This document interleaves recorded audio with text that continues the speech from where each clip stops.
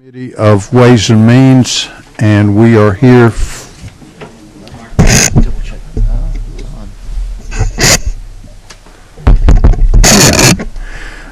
We're here on House Bill 445, and this is a hearing only, and this is our first opportunity to hear this, and we're doing it in full committee because this involves so many different portions of the tax code. I'm not really sure which subcommittee to send it to. So anyway, we're going to have the first hearing in full committee.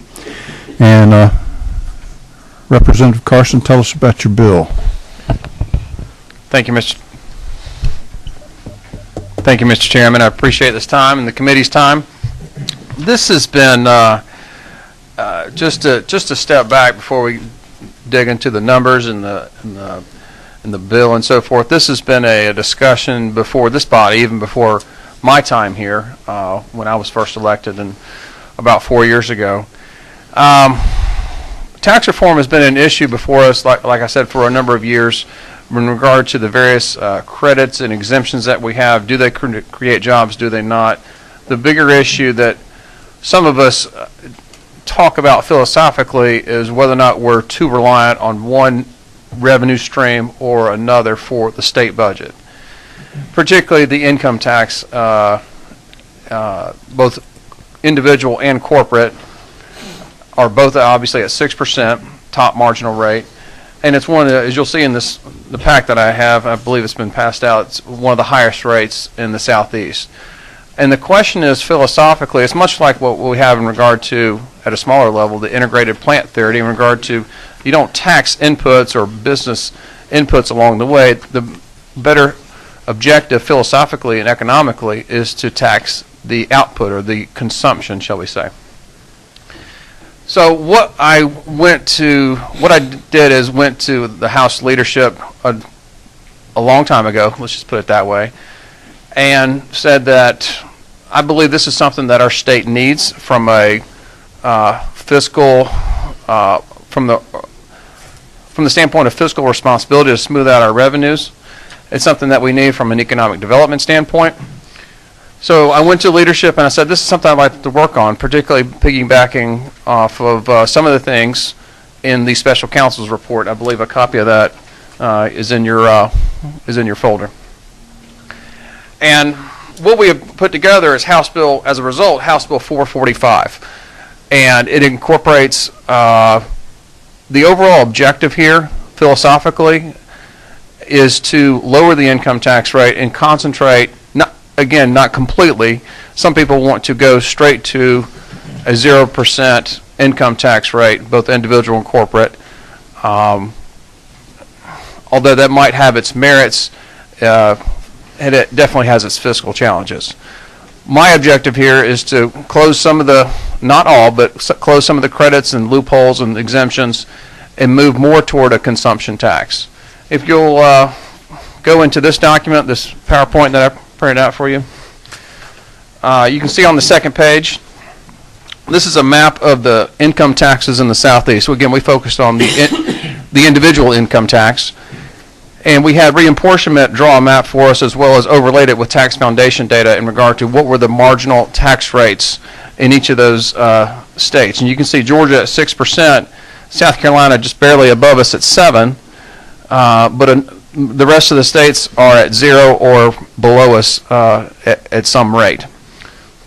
Next page, you can see just a mentioning from the Atlanta Business Chronicle how Georgia is the 9th worst state for income tax in regard to income tax climate. And that's a factor of our rate as well as what the number of credits that we have and so forth. The next page after that, and feel free to ask any questions if you like, but I recognize the time, and this is just a hearing only, and I want to be sensitive to the time and so forth. The next page in regard to the major tax changes, overall what we're doing here, and again, I think it's important to understand the framework of what we're doing. This is a starting point for discussion, okay? So this is overall what we want to do is provide a better tax climate for the state of Georgia one that encourages productivity and income and business creation and eventually job growth. But it does that by focusing more on consumption and, again, closing loopholes. The page that you see in front of you is major tax changes. These major changes, definitely not all, but the major changes are to lower the income tax rate from 6 to 4%. And by the way, we're doing all these over a 3-year phase-in period. We're phasing out a number of credits on the income tax base, but keeping some of the ones that are, I would deem, should I say, Mr. Chairman, sacred, but definitely of significance. All of them are sacred to somebody. I agree. I've learned that. Ones that I would argue are either too difficult to get rid of or too important to the state or too important to job growth. For example, the film industry, credits, production credits, video programming, and so forth. The sales tax rate, to go to an income tax rate of 4, you would need a 1% sales tax rate increase. We would like to increase the sales tax base, as you can see there. Some of the things that the special counsel mentioned are a communication services tax. I'll get to that in just a moment. Again, very quickly. Groceries and digital downloads. And we are talking about an excise tax increase in the cigarette tax per pack. Next page. I'm on the page on inconsistency of the sales tax base. I'm looking at the committee, and I know that some of you are a little bit newer like I am, but some of you were here in the House, in the General Assembly in fiscal 09 and fiscal 2010. What we did here is we basically, and Mr. Chairman, I do want to point out Jeremy Betts. He's been invaluable, just absolutely invaluable with putting together data and interpreting it and so forth. But if you take a look at this graph, what you see is a clear difference between the year-over-year change between Georgia consumer spending per the Bureau of Economic Analysis versus the actual state tax receipts that come in on the 4%. This is not local, and this is also stripping out the amounts for sales tax pertaining to vehicle sales. So we're looking at an apples to apples comparison, stripping out TAVT and the impact, as well as the sales tax on motor vehicles. And what you see is a clear dip in calendar year 2009. I would contend that the grocery exemption had something to do with that. You also have in calendar year 2013 another difference there, and I would argue that could be very well due to gate cards, but also the exemption on the sales tax on energy for manufacturing, which I'm not proposing to get rid of. I'm just noting that in the trends. The next page after that, is a page on CST reform. This is one of the key components of the special counsel's report in January of 2011. The CST is a communications services tax, and it basically seeks to even out and broaden out the sales tax base and make it a flat rate over communication services as a whole. And if you read nothing else, it's what I've said to many people, read the top bullet there on the top right, industry growing, tax revenues declining. What you'll see in the state of Georgia, and we did this with some evidence put together by 13 telecommunications companies, all in Georgia. They did so on a confidential basis with one outside consultant and reported these numbers in 2010 for the special counsel, and again in 2013 to update for what my analysis shows. And what you can see is that the telecommunications industry basically was flat, maybe some inflationary growth, but you look in the graph and you can see the state sales tax, local sales tax, and local fees, franchise fees, going down. Now you might say, why is that? And what I would say to you is that we have essentially a 1950s, 1960s tax code with 21st century technology services out there. If you go to the following page, you'll find out why are state and local governments suffering, even though the industry is increasing. I know I'm going quickly. I'm on this page right here. As everybody can see this?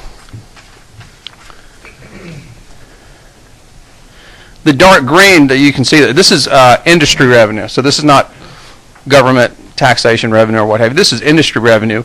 If you can see the dark green that represents taxable and the light green that represents non-taxable, you'll see that the areas of wireless and wireline and cable are at moderate growth, minimal growth, and so forth. But the areas that are non-taxable in today's telecommunications industry are growing. And those areas you can see on the far right, and under that bullet, is data, interstate calling, intrastate calling, ancillary services, and so forth. That's where the trend of the industry is going. That's where the growth is. And the state Title 48 does not include those services in taxation. And that's why we're having an erosion of our tax base, even though the industry in the state, the revenues in the state are more or less stable, if not growing at an inflationary rate. The next page after that is what would our tax revenue look like under a communication services tax reform. This page that I've got it right here. This is at 7%. So this would be a 7% tax flat across communication services. As most of you know, the federal government prohibits local taxation of digital broadcast satellite, or DBS, or like your DirecTV or Dish and so forth. Although probably I would say somewhere around 28 or 29 or more states do tax satellite services as a consumption.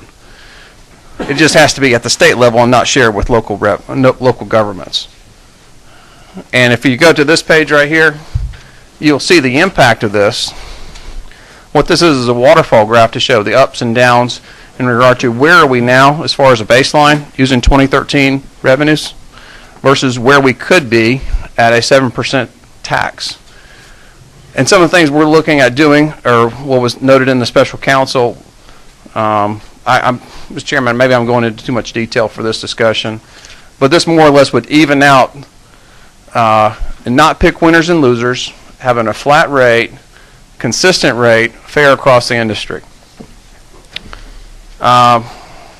Next page on there's for digital goods summary. If you take a look at that, this is why I printed it out in color for you, Mr. Chairman. For me? Yes. What's going on in the industry, and I can provide more information about this as we go forward. There is definitely much of a trend toward electronic delivery of goods. For example, how many of you or your spouses have e-books as opposed to regular paperback books? Or how many of your kids don't buy CDs and so forth, you stream audio or you download audio? How many of you, if you need computer software, do you download it from Microsoft.com as opposed to purchase a CD from Office Depot? These are the trends in the industry, and Mr. Chairman, we can go into the detail another date if you like, but I will tell you that we are working with the Department of Revenue on language to be able to make sure we tighten the language as much as possible in regard to these intangible items. Title 48 only taxes TPP, tangible personal property, of which a downloaded song or what have you is not. This is something done in about 27 states and growing, because they see where the trend in the market is going, which is more toward intangible software items as opposed to a hard item, CD, tape, what have you. Next page. This can be a touchy one, but this was recommended in the special counsel's report. This is about groceries. I included here, again, Jeremy Betts has been invaluable in this process, a map from the Tax Foundation in regard to which states fully tax groceries, which ones have a reduced rate, which ones are exempt, and there are 5 states that do not have a sales tax. None of those 5 are near us, but you can see states that are near us that do tax at least some base of groceries. including Alabama, Mississippi, Tennessee, and a little bit further north to Virginia. And then the final page is a page on, this was a late addition in my analysis, cigarette tax. We are, as most of you know, we are at one of the lower rates in the country. Actually, I think we're the fourth lowest at 37 cents a pack. I don't think anyone really wants to go to the national average or the highest of the states where the cigarette excise tax would be $4 per pack or more. What we're talking about is being more competitive in regard to our border states in particular, if not the southeast states. What we did here for this information in this picture right here, we basically had the reapportionment office, our friends there, draw a map of the southeastern states, and then overlay that with data from the Tax Foundation in regard to existing cigarette excise tax as of July 1st of 2014.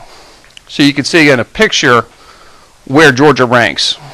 And I may add that Alabama's governor, Mr. Chairman, is looking at going to about $1.25 in his most recent proposal. I think that's related to transportation funding.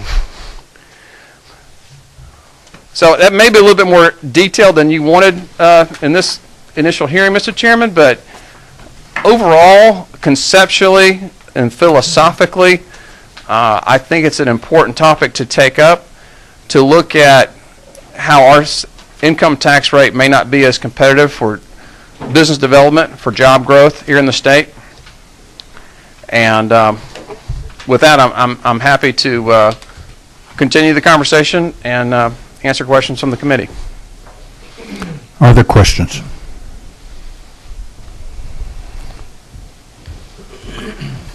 Representative Duncan. Thank you, Representative Carson, for bringing this forward. Obviously, this is a discussion that is good conservative policy going forward, and it needs to be refined as you've started this process.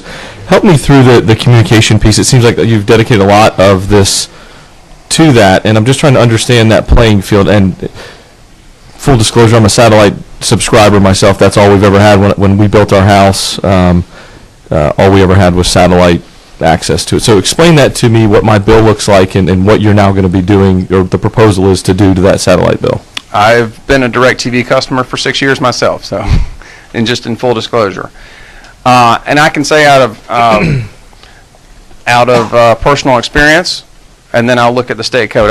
Out of personal experience, I find the service very reliable.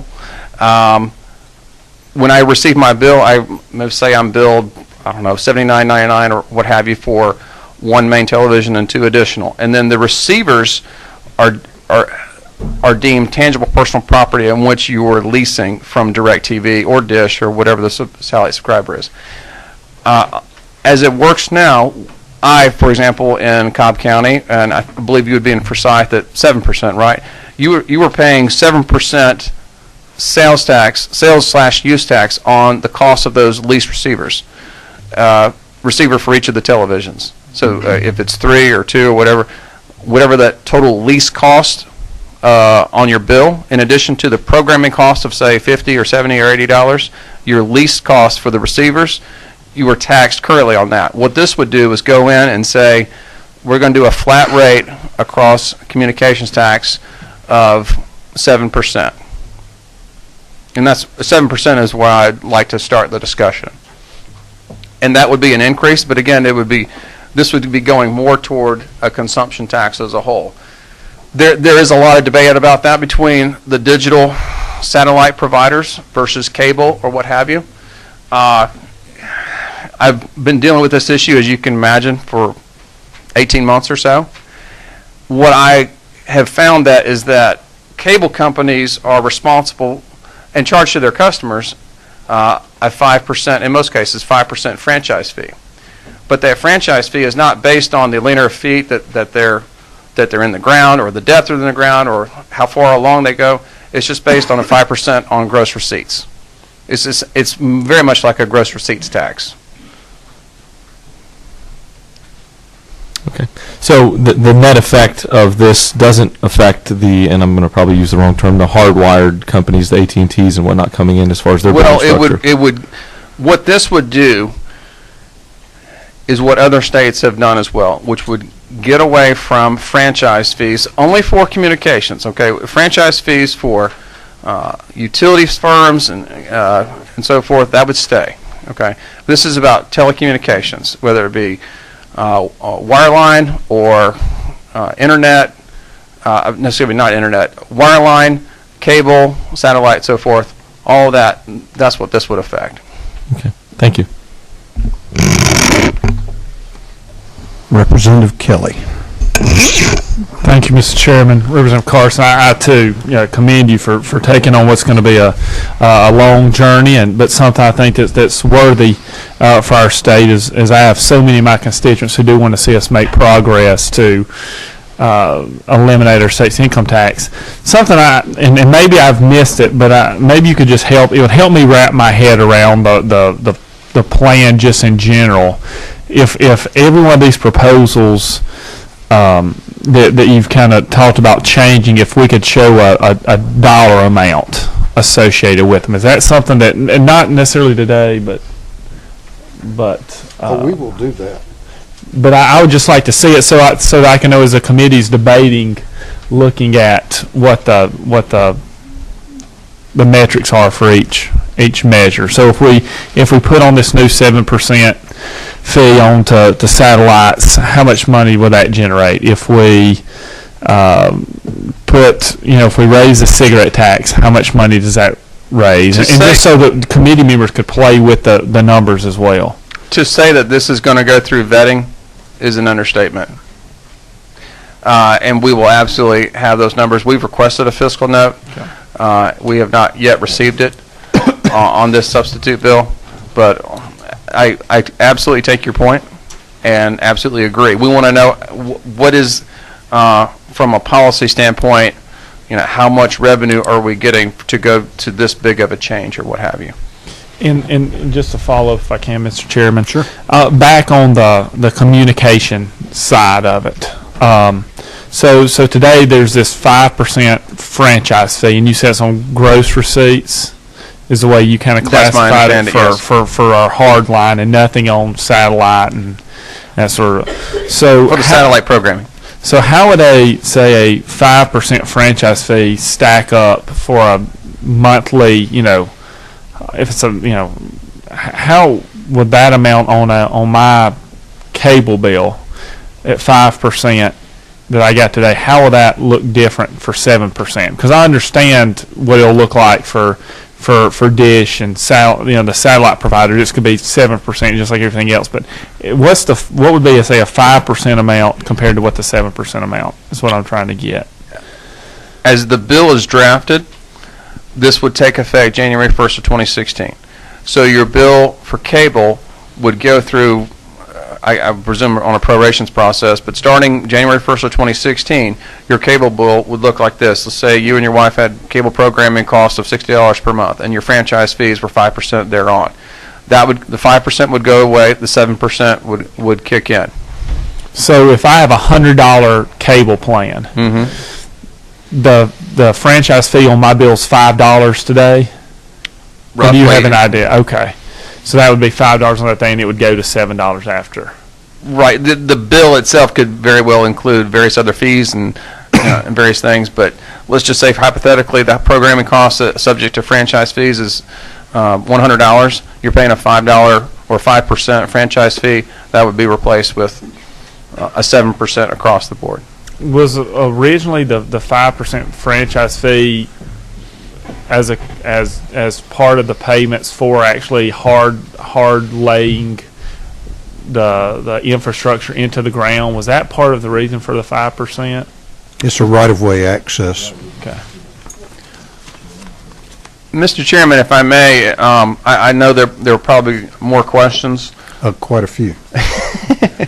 I do also have with us from the special counsel, if they could speak at some point, maybe not right now, but at your pleasure, or if you will allow, A.D. Frazier, who headed the special counsel for tax reform, as well as Roger Tutterow, economics professor at Kennesaw State University, who was also on the special counsel. All right, we've got 3 additional lights blinking of members who want to ask questions. We're going to let those ask the questions, and we'll cut that aspect of it off, and we will let you present those witnesses. But everybody understand, this is a long process. We're not going to build Rome today. No. And so, having said that, Chairman Knight. Thank you, Mr. Chairman. And Representative, I want to thank you for this. This is a hard undertaking, and you're really looking at policy. And I think you're on the right trail. You know, there's a couple of things that we up here, we're always talking about, you know, business. But I'll make a point to the committee that while there's a lot of what we call C corporations or big companies out there, I'll guarantee you that most of Georgia is made up, the businesses are made up of what we call pass-through entities. And they're taxed at the individual level. Okay, and I'm talking about a lot of big companies, or small and medium to big size companies are taxed in that manner.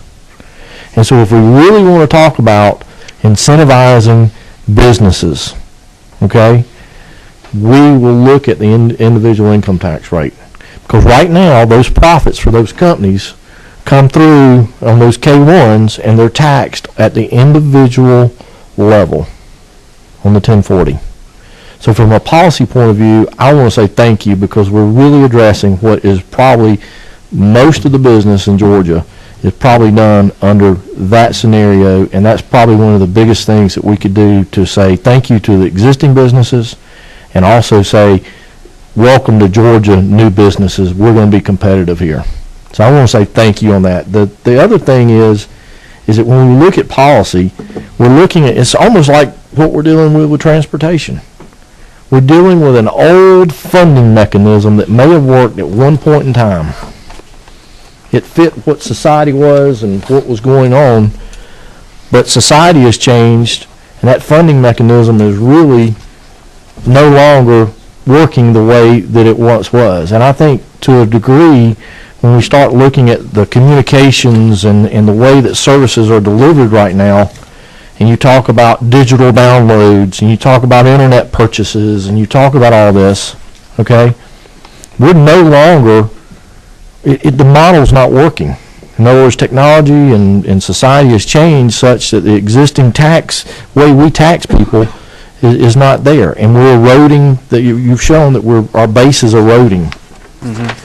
And the final thing I'll say is that, you know, when you broaden the base, you put the least burden on the individual.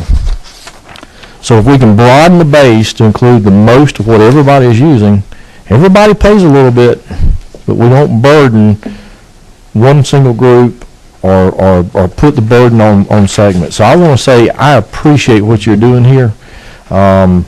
I think we're pointing in the right direction, and I commend you for the discussion that you've started, and hope that we can work seriously towards this. Thank you. If I may respond to that, thank you, Chairman Knight, for that. I'd like to go one step further. The individual income tax doesn't just affect most businesses.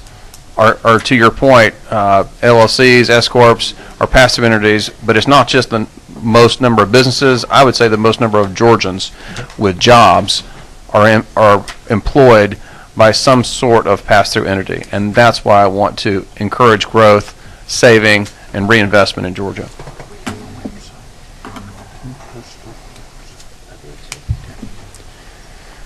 Chairman Houston.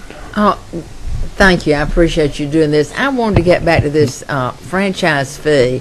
Who gets the franchise fee now? Where does that go? I believe that goes to the local governments, specifically the cities. The cities, okay. So if you had cable, would you pay a franchise fee plus the 7%?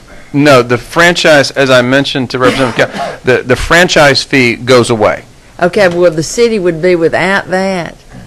The city would receive, under this proposal, would receive approximately 3.5% of the 7%. Okay, Well, they would receive, we would have a 7% communication services tax on communication services, of which the city would receive half of that. Okay? So they would be losing about 1.5%. Well, no, just on franchise fees for On cable, franchise. yes. But if you take a look at, I apologize, Chairman House, I don't have this numbered, but if you look at this page for CST reform, They would get it back with the satellite. they'll get it back in various other ways where we expand Okay. the telecom base. I just didn't want my ACCG to come. I don't have to answer that. Well, you're going to hear from them. Well, I'm ready for them. Well, the reason you're going to hear from them is that at one point in time, franchise fees were permitted within the incorporated limits, and franchise fees were not permitted outside the incorporated limits. If you do away with franchise fees and you go to some kind of telecommunications fee, that inequity is probably going to have to be addressed, because there's no reason to differentiate between unincorporated and incorporated. So, when we get down to the weeds, we're probably going to have individual or multiple hearings on each one of these issues. But that is something, it's not going to be as simple as replacing a franchise fee with a telecommunications tax, because that has been an inequity that will have to be addressed if this proposal it goes further. All right, my next question was on prepaid telephone things. We aren't taxing, it seems like that should be a sales tax on that already. So, Because when I go buy that little hand phone that has so many minutes, it looks like that's a well, when you merchandise. purchase, yes, ma'am, Ms. Chairman, when you go to, let's just say a Walmart or a Target or any retail store, and you purchase the prepaid phone, that hardware is taxed at your county's effective sales tax rate. So let's say we were purchase one in North Fulton County. That would be taxed at 7% at wherever that store is. Right. When you go back in, say, 2 weeks to recharge the card and put an extra another $100 to re-up the card, that to increase the prepaid calling usage on that is not taxable. Oh, okay. Seems like it would be taxed too. Well, it is on the industry.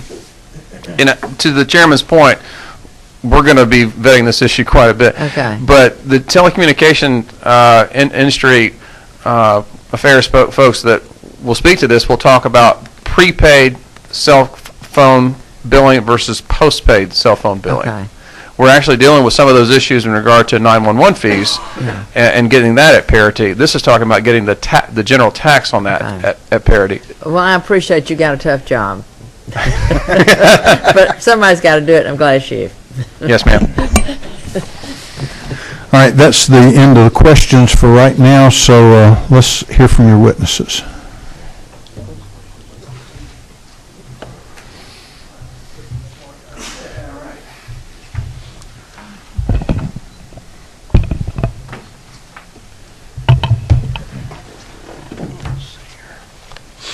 Don't worry, I'll be brief.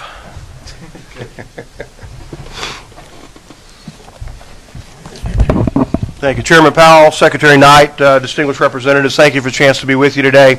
I'm Roger Teterow, Professor of Economics at Kennesaw State University. In 2010, it was my honor to serve along with a distinguished group, including my friend from Fannin County, Mr. Frazier, on the Georgia Council for Tax Reform and Fairness. And I believe that among the recommendations that we made, including removing the sales tax from energy for manufacturing, agricultural, and mining interests, were transformational in terms of some of the economic development wins we as a state have had since then, proving how important the job that you do day in, day out is for economic development, growth, and job creation in Georgia. I come today in support of Representative Carson's efforts with the More Take Home for Pay for Act, not because I've done any detailed analysis, nor have I done any fiscal notes on this matter, but simply because I believe it at the core represents principles that are pro-growth for Georgia and consistent with our efforts 5 years ago. I would like to begin by real quickly commenting that we hear a lot of discussion from pundits and from analysts about how cutting taxes increases economic behavior. Let me draw a distinction between tax reform at the federal level and at the state level that is very important. When we talk about changing tax code at the federal level, we alter behavioral decisions. Work-leisure decision, how much risk to take, the required rate of return on capital for investing and growing your operation. When we talk about changes in the tax code at the state and local level, we're primarily talking about locational decisions, whether that business comes to Georgia or goes to an adjacent state. So I certainly think that's something to keep in mind when we talk about tax reform or adjustments to policy. I support the fact that in the act that is proposed by Representative Carson, the reduction of the income tax to 4% to 6% to 4% is pro-growth. Secretary Knight points out, with the large number of pass-through entities we have, it is probably more important than a reduction in corporate income tax in terms of where jobs locate. I know that from the listening sessions that we had around the state during the tax reform, we got very little pushback on corporate income tax. What we heard from the entrepreneurs, what we heard from the technology companies, it was the individual income tax that weighed in on their decision about where they located. I also commend Representative Carson for acknowledging that bringing in these tax rates from 6%, 4% should be done gradually, because we quite candidly do not have too much precision with understanding how we get responses to reductions in tax rates. And the General Assembly should not be put in a position of making drastic changes in tax rates, and then if revenues do not manifest, having to make undesired cuts in terms of expenditures. On the sales tax side, I think the argument of broadening the base is consistent with almost any economist's notions of economic efficiency. When we speak about efficiency, typically we would say lowest possible rate on the broadest possible base. But I think also some of the areas that we have exempted in the past, such as digital downloads, such as groceries, probably the case can be made for how important they are to broaden the base there. Now, I've been around politicians for a while. I understand the pressures you come on from a variety of areas, and I understand the political liability of putting the sales tax back on groceries. However, I also remember in 2002 when our tax revenues plummeted, and the fundamental reason was that the 2001 recession was the first recession after we exempted groceries from sales tax, and so therefore we did not fully understand the degree to which that exemption would induce volatility in our tax revenues. The corporate income tax, as I said, is really less of an issue for me than perhaps it has been rhetorically for others in the past. And I also commend Representative Carson for his willingness to engage the cigarette tax. Although I don't like to pick winners and losers, I think it's fair to say that the consumption of tobacco products does impose a cost upon our medical systems and therefore upon Georgia, broadly speaking, that could be corrected by putting a tax in what we economists like to call upon the externality. Finally, my closing comment would be to say, when you look at these things going forward, in addition to detailed analysis of incidents, detailed analysis of implications for revenue collection, I would ask that you think about 4 questions. First, what does it do to where capital flows among adjacent states in Georgia? How do our decisions impact the decision of enterprises and entrepreneurs about where they locate and how long they stay here? Does the decision expand our base and our tax collections in line with the broader level of economic activity? And finally, do the changes in the tax code make revenues more stable or make them more volatile? This concludes my formal comments, and after Mr. Frazier, perhaps we can take questions. Okay. Mr. Frazier.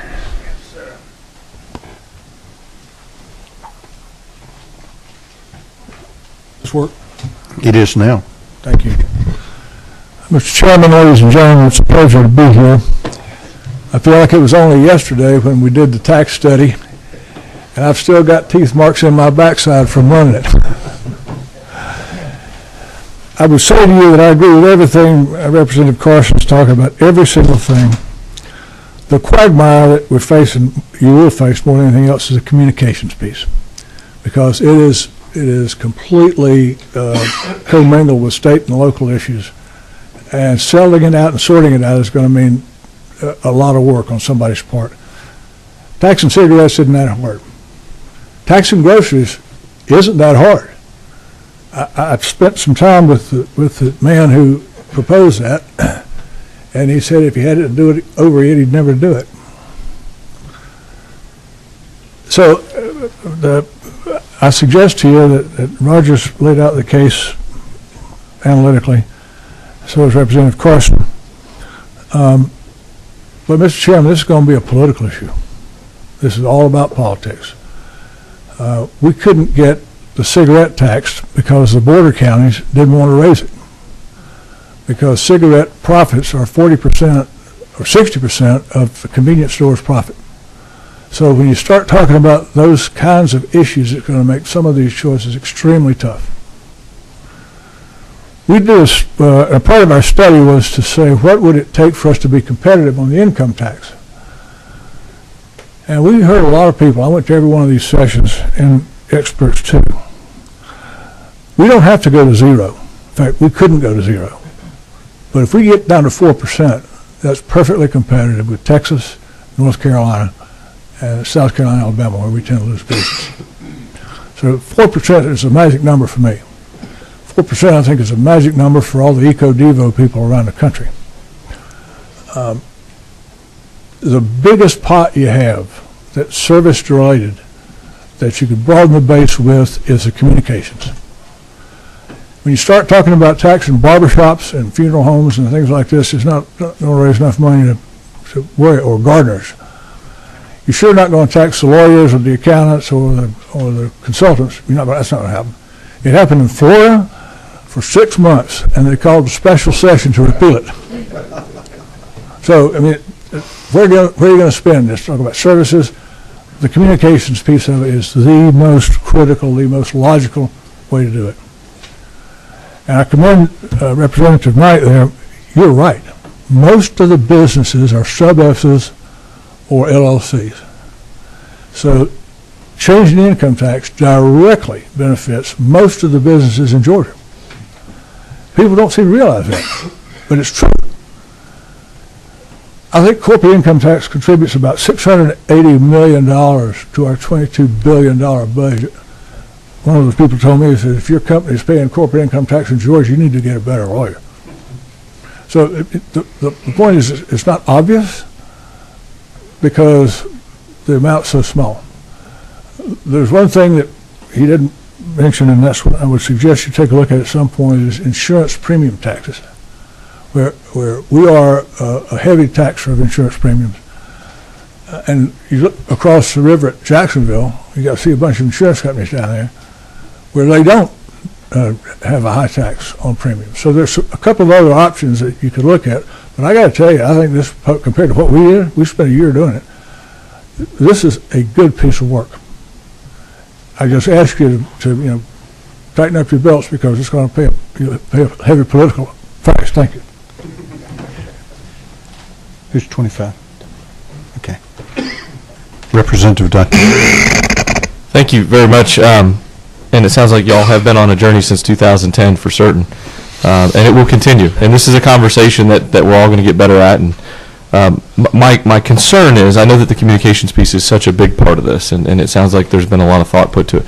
But it almost sounds like we're putting so much of this reform on the backs of one sliver of that communications piece in that satellite business. And I think we're going to have plenty of time to be able to figure out what that looks like. And I know that industry, I'm a space junkie. I have to admit, I went to Georgia Tech, and so I'm always watching space, as a kid growing up and watching these satellites go up and, the countless hundreds of millions of dollars that are spent in that. So I want to make sure that we include that conversation as to what that investment looks like. I think that 5% that's going back in the franchise fee is trying to recoup some of those huge investments. I mean, I can't imagine being the person to write the check to lay all that cable. But those satellite folks have also made big investments along the way, too. So I'm sure y'all are on to that, and we'll have a good, robust conversation. So appreciate it. All right. Are there questions of the witnesses? All right. Hearing none, let me sort of lay out what I envision that we will be doing between now and whenever something materializes. First of all, you have all got a folder, and in the folder you've got a copy of the bill. I will admit that I have not read the bill because I think there are quite a few things we've got to do before we start reading bills. But you've got in your folder, you've got a copy of the bill. I would suggest that the PowerPoint slides that Representative Carson handed out to the committee members that we put it in the folder. We also have a copy in the folder of the 2010 Special Counsel and their recommendations and their report. And we've also got a graph or a pie chart that shows the mix of revenues from the state for the last 4 years, so that you can sort of see how all of those things play into that. And anyway, I would suggest that you keep all of those things in the folder. At the end of the meeting, we will take up the folders because we're going to have additional information over the ensuing months, and so that you've got a complete folder. If we keep those in the office, then you will have a complete folder at each meeting that we have. And I'm going to ask Jeremy to scan these in and put them on the Ways and Means website so that you can access them at any time that you want to, and the public can as well, so that they'll be able to look at the same things that we're looking at. The other thing that I think that we're going to do is we are going to start out, and I appreciate you bringing the overview of the bill and your perspective on it. But we're going to start out at the 50,000 foot level, which is the policy level, which is why we're actually dealing with this at full committee. At some point in time after we've dealt with policy issues, then we will assign this bill to subcommittee to actually work on language and to implement the policies that the committee has adopted.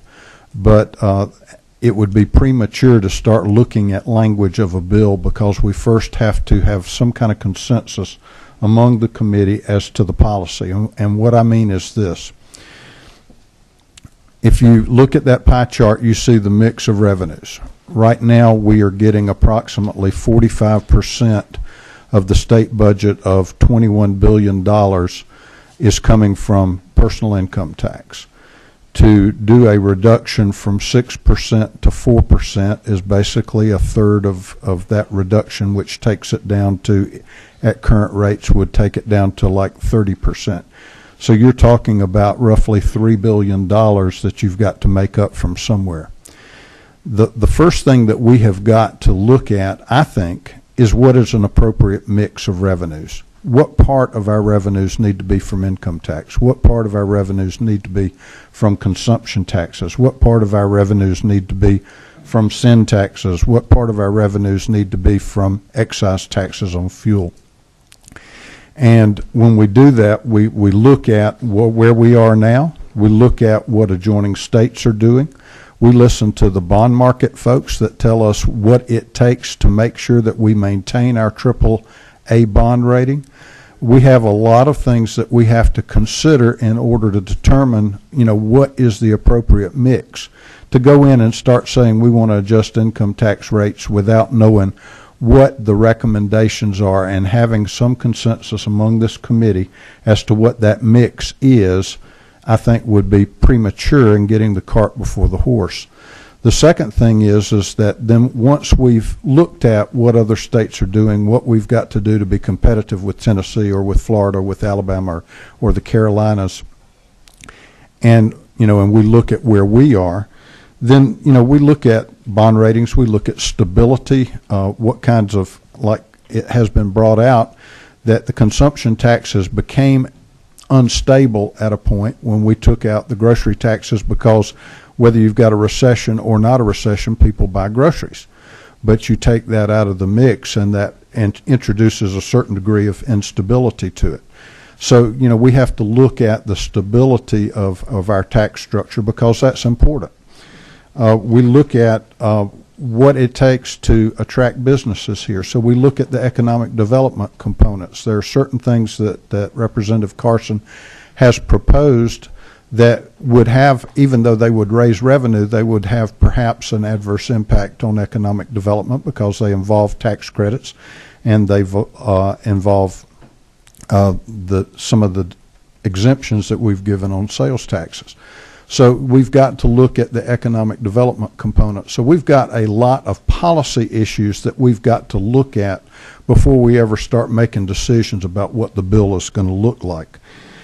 Once we've finished sort of looking at it and developing some kind of consensus at the 50,000 foot level. Then we look at the 25,000 foot level, which is, all right, if we've decided that we want income tax to be, 35% or 40% or 30% of the mix, then we've got to look at how do we get that. Does that mean that we have to do away with some of the tax credits that we have given out in the past to arrive at that? So there are a lot of 50,000 foot, 25,000 foot things that we've got to do before we actually get down to marking up a bill. So anyway, that's sort of what I envision that we will be doing, because this is, we can draw up a bill, but the policy is the important part. And as the witnesses have pointed out, you do not want to implement a policy that reduces the revenues of the state of Georgia by $3 billion by reducing income taxes, and then find out that your assumptions on how you were going to make up the difference from either new taxes or removing exemptions or removing credits just did not turn out to be true. So we have to move slow, because we've got a responsibility to not only draw up good legislation, but to make sure that we do not adversely affect the ability of this state to continue to provide the services that everybody expects. So anyway, that's sort of what I envision that we will be doing. And so I would venture to say that we are probably going to have some meetings during the off season this year. And I would also venture to say that that we are going to be dealing with some other issues that have been brought up during the time that we have been dealing with bills, but we haven't really had a chance to deal with policy. We've got some couple of bills that are pending that we're going to be looking at as far as TAVT. We've got a boat TAVT bill that we're going to be looking at that is a brand new policy for the state of Georgia. We have got some ad valorem tax issues as far as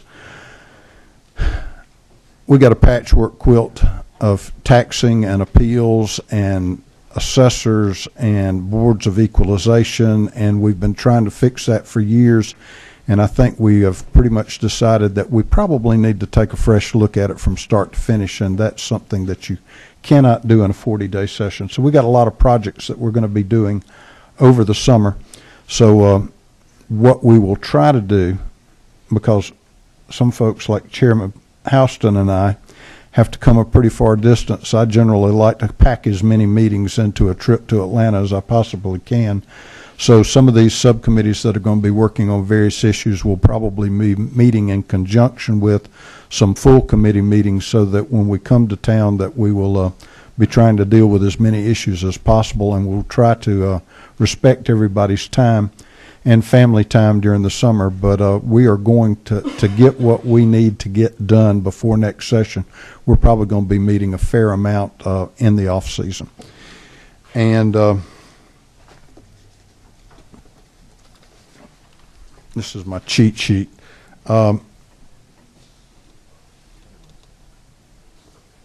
Anyway, Chairman Knight, you had a question, comments. And thank you, Mr. Chairman. I think you've nailed a great process of what we've got to do, and that's the policy that you were bringing up. One thing that I'd like to request of the author, and especially from the two gentlemen that are here that worked on that, is when we start to discuss policy and this topic comes up, invariably that there's a lot of information and people want to compare Georgia. Well, so-and-so state doesn't have this, and so-and-so state doesn't have that. Something, I think, from a policy discussion that says, hold on a second here, every state is unique. Every state, Chairman Harbor and I were talking about coming in, Florida is unique because of the tourism and all. So everybody wants to go and say, well, Florida doesn't have an income tax. Well, Florida can probably afford to do that with the tourism and the dollars that are dropped there and the people that come and go. And so somehow come in so that in a policy level like the chairman has talked about, so that we get back down to facts and we dispel, why are we not like Texas, or why are we not like Tennessee? Well, everybody's different. And they have different makeups and different sources of income, okay, so that we can sort of take some of the, oh, they do this, why can't we do that out of it? because I think that's where we start to get offline when we start to talk about policy issues, and people don't have the bigger facts of how the states operate and the different funding mechanisms. We all are not alike, and we have different funding mechanisms. So, Mr. Chairman, I just want to add that in. If somehow as we begin that debate and that policy, if we could get some of that information such that people will understand that, and we can maybe cut out some of the background noise that will be circulating around, some of the misfacts and misstatements that may go on. And I think it's important along that same line just to emphasize that Representative Carson has done a yeoman's work in bringing this forward. But this is just the beginning of a conversation. I don't know if you've looked at the bill, but this bill is not written in stone. This is a work in process, and it is to start a conversation. It may not look like anything that Representative Carson started out with, but it gets us the conversation started, which is one reason why I encouraged him when some of the conversations that we've had to, he said, what about tobacco? I said, put it in there because we need to have that conversation. But as to whether tobacco is going to be part of the mix, that is a policy decision that this group needs to make. When we're looking at exemptions or we're looking at tax credits, those are conversations we need to have. But they are just there for conversation because they need to have every once in a while be looked at. And we need to know what kind of impact they have. But there are a lot of those things that are in his bill that have a positive impact on the state of Georgia. And just because they're in his bill, don't think that that is going to be the policy that's going to come out of this committee, because it very well could not be. But it is a discussion. I appreciate him bringing that. And one of the things that is helpful about what he's done, and I think that that Representative Kelly mentioned this, is that he has got a spreadsheet that says, all right, if we change the sales tax by 1 penny, it will generate this kind of income. If we reduce the income tax by this amount, it will cost the state this amount of income. So we have got all of these fluctuating variables that we can plug in those numbers and see what kind of impact that they will have. And it's that kind of model that is really helpful for us when we start looking at some of the specifics. But the primarily what this is the beginning of a discussion, but we have not adopted any kind of policy, but we are going to be looking at policy first. So with that, if there's no other discussion, we will adjourn the meeting, and thank you all for coming.